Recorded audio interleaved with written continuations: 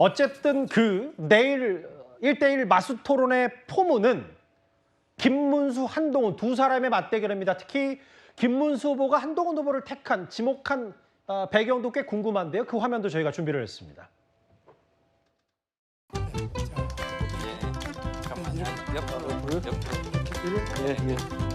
네, 좋습니다. 그 포즈 좋습니다. 그럼 이쪽으로 우리는 있는 척 하세요. 그냥.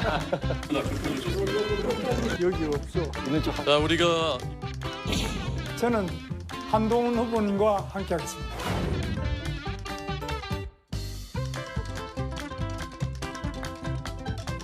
한동훈 후보님하고 궁금한 게 많고 토론할 게 많아서 제가 진행을 했습니다. 저는 김문수 후보님을 개인적으로 참 좋아해 왔습니다. 저도 또 우리 한동훈 후보 나왔을 때 저와 제 아내 모두 박수를 치고 환영하고 지지했습니다. 그 부인께서 혹시 그럼 위드훈이 회원이시 아니신지 모르겠네요. 저는 김문수 후보님 지목하겠습니다. 지난번 1차 토론 때 그 시간이 너무 짧았습니다. 그래서 미처 물어보지 못하고 두 번 다 중간에 그 질문들이 다 끊겼습니다. 김 후보님 그 뒤에 AI 공부 좀 더 하셨습니까? 예, AI 공부 지금부터 많이 하도록 하고 또 그날 토론에서도 안철수 후보님께 많이 배우겠습니다. 제가 만난 정치인 중에 가장 정직하고 곧가 그리고 AI 공부 많이 했고 안철수 후보에게 많이 배웠다. 여기는 좀 덕담이 오고 갔고 훈훈한 과정이 연출이 됐었는데 특히 아까 호주석 대변인께서 직접 한동훈 후보가 나왔을 때 저와 배우자가 모두 박수로 환영했다고 했더니 즉석으로 멘트를 치셨어요. 뭐 위드훈이냐고 했대. 이제 김문수 후보가 약간의 글쎄요 마냥 좋아하는 표정은 아닌 것 같은데 저 현장에서 배경 설명을 좀 부탁드릴게요. 아니 그냥 물어봤어요. 근데 예. 좀 재밌으라고 좀 그 질문을 했는데 예. 굉장히 그 썰렁했습니다. 그래서 예. 제가 유일하게 오늘 그 후회한 질문이었고요. 예. 오늘 김문수 후보에 대해서 이제 그 두 분이 칭찬하는 다른 상대 후보 두 분이 칭찬하는 걸 들으면서 저는 김문수 후보에 대해서 진짜 되게 존경하는 좀 좋아하는 마음이 있구나라는 그런 그것이 느껴졌고요. 예. 김문수 후보는 이제 그런 게 강점이 아닌가 그런 생각을 했고 저런 김문수 안철수 조합도 되게 저는 기대가 되는데 예. 지난번에 사실 되게 재밌었어요. 지난번 그 1차 토론회 때 예. 티키타카가 되게 있었고 AI를 이제 집중적으로 막 질문을 했거든요. 안철수 그렇죠. 후보가. 예. 근데 저는 이제 좀 놀라운 게 김문수 후보가 그때 나는 그 챗 GPT도 쓰고 예. 퍼플렉시티도 쓰고 그다음에 모두 쓴다 세 개를 얘기를 하시는데 진짜 AI 뭐 쓰신다고 하시더라고요. 네, 저는 세 번째는 저는 처음 들어본 건데 그것도 그래서 그냥 이게 뭐 그냥 공약만 낸 게 아니구나. 저는 좀 그렇게 생각을 했고 이번에도 그 두 분의 그 조합이 두 후보의 조합이 되게 재밌는 그 토론이 되지 않을까 하는 생각을 하게 근데 됐습니다. 유인석 대변인 이게 김문수 후보가 처음에는 뭐 안철수 후보를 지목한다는 여러 가지 그 예측과 관측 전망들이 있었는데 여기서 보는 판세를 저희가 어떻게 해석하면 될까요? 김문수 후보는 왜 안철수 후보를 찍었을까요? 저는 솔직히 김문수 후보는 홍준표 후보를 찍을 걸로 생각을 했어요. 예. 두 분이 다 비슷비슷하다는 평가를 받으니까 예. 탄핵을 반대하시는 입장에 계신 분들에게 소구하기 위해서라도 예. 김문수 후보가 홍준표 후보를 불러서 뭔가 자웅을 겨루는 그런 토론이 있을 거다 예상을 했는데 의외로 한동훈 후보를 꼽았어요. 김문수 후보도 똑같이 제가 처음에도 말씀드렸지만은 한동훈 후보라는 이 존재를 넘어서야 예. 앞으로 최종 결선까지 갔을 경우에라도 본인이 최종 후보로 선출될 가능성이 높다. 그래서 초반에 토론에서부터 본인의 논리를 설파하고 한동훈 후보에 대해서 공격을 해서 좀 상처를 많이 입히고 예. 그러고 더 진행을 하겠다. 아마 이런 의도로 보이는데 예. 토론 주도권을 갖고 있기 때문에 김문수 후보 일단 유리하겠죠. 예. 질문도 끊을 수가 있고 더 질문도 할 수도 있고 하겠는데 과연 김문수 후보가 한동훈 후보하고 토론을 했을 때 과연 어떤 장면이 펼쳐질지 안철수 후보하고 토론하실 때와는 좀 분위기가 많이 다를 수도 있다. 예. 그 점이 관전 포인트라고 저는 봅니다. 알겠습니다. 1대1 아주 새롭게 도입이 된 이 마스 토론의 대진표와 왜 그 사람을 찍었는지에 대한 배경과 해석, 전략들 하나하나 만나봤다면 제 옆에 오늘 새로 나온 여론조사 하나를 소개해야 될 것 같습니다. 일단 뭐 한덕수 권한대행 얘기는 저희가 잠시 뒤에 주제 심층적으로 만나볼 테니까 28%의 숫자는 일단 있고요. 김문수 19.5, 홍준표 17.9, 한동훈 15.7. 일단 4명에 들지 못한 나경원 의원이 7.2, 안철수 2.7. 뭐 이런 국민의힘 범보수 대선 후보 적합도인데요. 그 김진욱 대변인. 이게 어쨌든 오늘 이 대진표의 판세를 봤을 때 안철수 후보가 딱 한 번밖에 지목을 못 받았거든요. 어찌 보면 뭐 빅3로 분류되는 것과 여론조사 무관치 않다고 볼 수 있나요? 그렇게 볼 수 있는데 지금 방금 나온 여론조사는 이 정권 연장을 바라는 그런 지지층들을 대상으로 그렇죠. 해서 조사한 겁니다. 예. 그거를 감안해 놓고 본다고 하더라도 예. 지금 국민의힘에서 비상계엄을 옹호하고 윤석열 전 대통령의 탄핵에 반대했던 그런 기조, 그런 입장이 여전히 지속되고 있다라고 지금 보여지는 부분이 있는 것입니다. 예. 지금 윤석열 그 전 대통령이 여전히 국민의힘의 1호 당원이지 않습니까? 그래서 지금 이 그 4명의 후보 중에 특히 안철수 후보 같은 경우에는 자진 탈당 내지는 제명을 요구하고 있는데 그 부분에 대해서 권성동 원내대표가 뭐라고 얘기하냐 하면 자연인 윤석열에게 탈당 제명을 요구하는 건 불순한 의도가 있다 이렇게 얘기를 합니다. 예. 그렇다면 당의 전체적인 분위기가 여전히 윤석열 전 대통령과의 관계에서 일정한 선을 긋지 못하고 그 윤석열 전 대통령까지를 포함해서 가겠다라는 모습을 보여준다면 예. 결과적으로 지금 이 정권 연장을 바라는 지지층 소위 당심에서는 이 한동훈 후보나 또는 안철수 후보가 차지할 수 있는 공간이 그렇게 많지 않은 거 아니냐 이렇게 해석될 수밖에 없는 부분이 있는 것 같습니다. 윤석 대변인. 네. 이게 그 사실은 나경원, 안철수 두 사람 중에 누가 오르냐에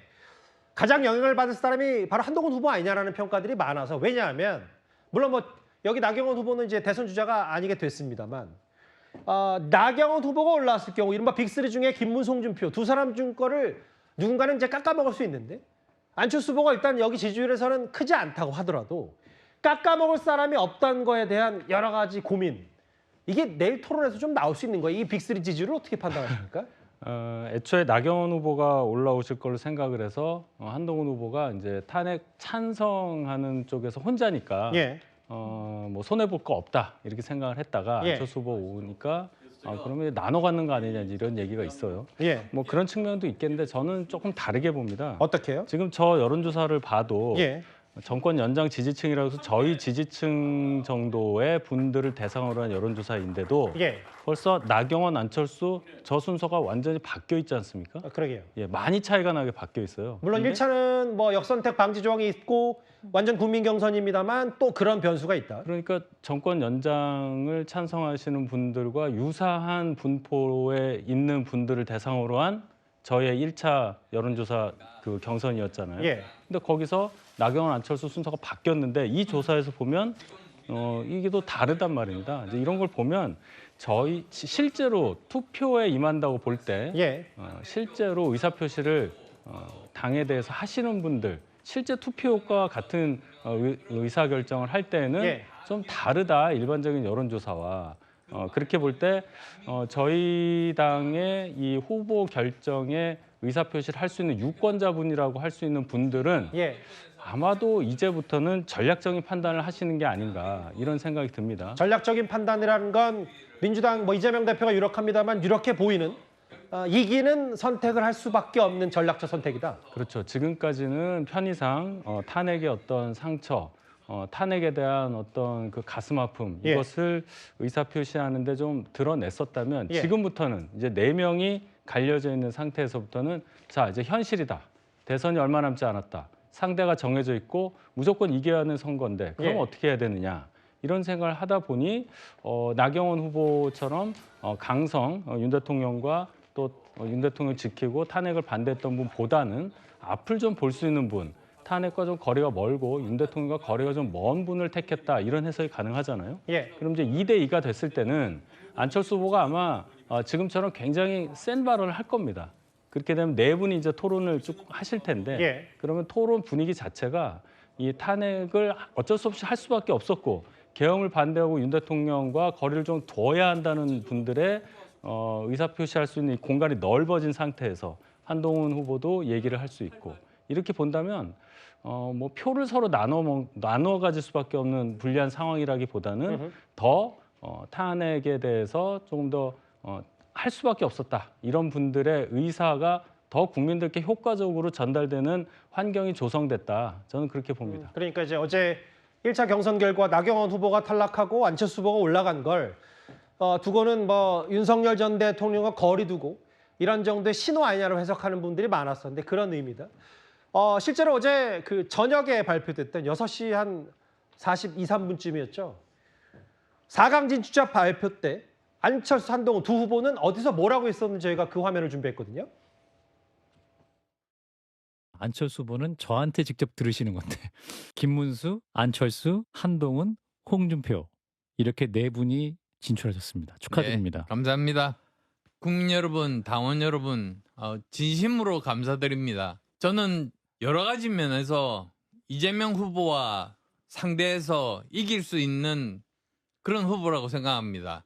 우선 도덕성에서 그리고 또 여러 가지 분야의 전문성에서 AI를 제대로 산업화시킬 수 있는 사람이고 그리고 또 의료 대란을 종식시킬 수 있는 그런 사람입니다.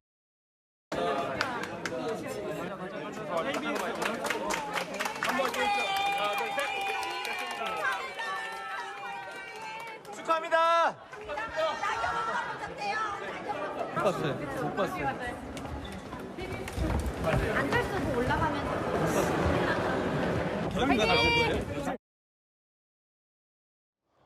일단 안철수 후보가 조금 더 선명한 메시지를 내려고 하는 것 같아요. 아예 후보들도 국민 앞에 진심으로 사과하자. 탄핵의 강을 넘어야 국민의 길이 열린다. 뭔가 본인의 1차 경선 전략이 먹혔다고 판단하는 것 같아요. 뭐 그런 부분도 있을 것 같고요. 일단 지금 4강이 정해지고 나니까 사실 어쩌다 보니까 탄핵 찬성하신 분들과 탄핵 반대 2대 구도가 되어 버렸거든요. 그렇다고 한다면 이런 구도 하에서는 당연히 좀 더 선명성을 강조할 수밖에 없다고 생각합니다. 그래야만 탄핵을 찬성하신 분들 또는 반대하신 분들에서 표를 본인이 흡수할 수 있다 이렇게 생각할 것 같은데요. 그렇기 때문에 안철수 후보로서는 좀 더 탄핵을 찬성한 부분 그리고 윤석열 전 대통령과의 거리를 둬야 된다라는 부분을 좀 선명하게 강조할 것으로 보입니다. 그동안 사실 한동훈 후보도 안철수 후보도 탄핵 찬성했던 분이다라는 평가를 받았지만 제 개인적인 생각으로는 사실상 이런 정치적인 명분이나 뭐 계엄을 반대하고 또 탄핵을 찬성했던 부분에 대한 정치적인 이슈 선점을 한동훈 후보에게 안철수 후보가 조금씩 뺏기고 있다라는 인상을 받았었거든요. 예. 그런 부분을 생각해서라도 아마 안철수 후보로서는 관련돼서 이번 토론을 기회 삼아서라도 좀 더 선명하게 탄핵을 찬성하고 본인이 중도 확장 가능성이 있다. 이 부분을 강조할 것으로 보이는데 예. 이런 부분들이 실제로 표심에 영향을 미칠지는 좀 더 지켜봐야겠습니다. 호준석 대변인. 네. 제가 어제 오늘 굉장히 많은 받은 글, 뭐 이른바 증권가 정보지, 지라시를 받아서 1, 2, 3, 4등이 정말 극비의 보안에 붙여준 걸 알고 있는데도 누가 1위 했다더니 누가 2위, 3위 표차가 얼마 안 난다더니 많이 난다더니 이런 말들이 많은데 신빙성 있는 게 있는 거예요. 1, 2, 3, 4위 전혀 모릅니까? 저한테도 내가 취재했다 이게 맞다라고 주장하시는 언론인이 몇 분 계신데요. 예. 제가 이제 현장에 있었는데 발표하기 전에 그러니까 여론조사 기관들이 USB를 저희 당에 전달하기도 전에 벌써 이제 찌라시가 막 돌기 시작했어요. 예. 그러니까 이제 전혀 사실이 아닌 것들이 이제 벌써 그때부터 이제 돌기 시작했던 거고 그때 이제 윤희석 대변인께서도 이제 현장에서 다 보셨지만 그걸 그 실무자 2명이 그 자리에서 합산하고 종이 한 장으로 만들어가지고 그거를 그 황우여 위원장한테만 전달했어요. 그러니까 황우여 위원장은 순위를 알고 있나요? 근데 오늘 이제 미디어 데이 때 본인이 얘기한 것으로는 예.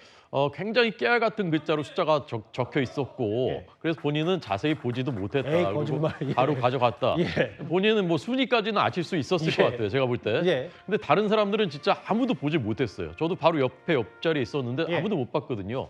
근데 그것을 취재했다라는 것은 저는 제가 보기에는 지금 도는 것들은 거의 다 이제 그 가짜의 가능성이 굉장히 높다고 봅니다. 제가 왜 이 질문을 드리냐면 이 대진표를 둘러싸고도 내가 1등이고 내가 2등이니까 누구를 선택해야지라는 전략도 혹시라도 있었을까 봐 선관위에 계시니까 한번 질문을 드려봤고 알겠습니다. 뭐 전혀 극비의 보안에 붙여졌고 황우여 비대위원장, 황우여 선관위원장만 아주 뭐 대충 알고 있다고 하니까 제가 그 부분 좀 믿겠습니다.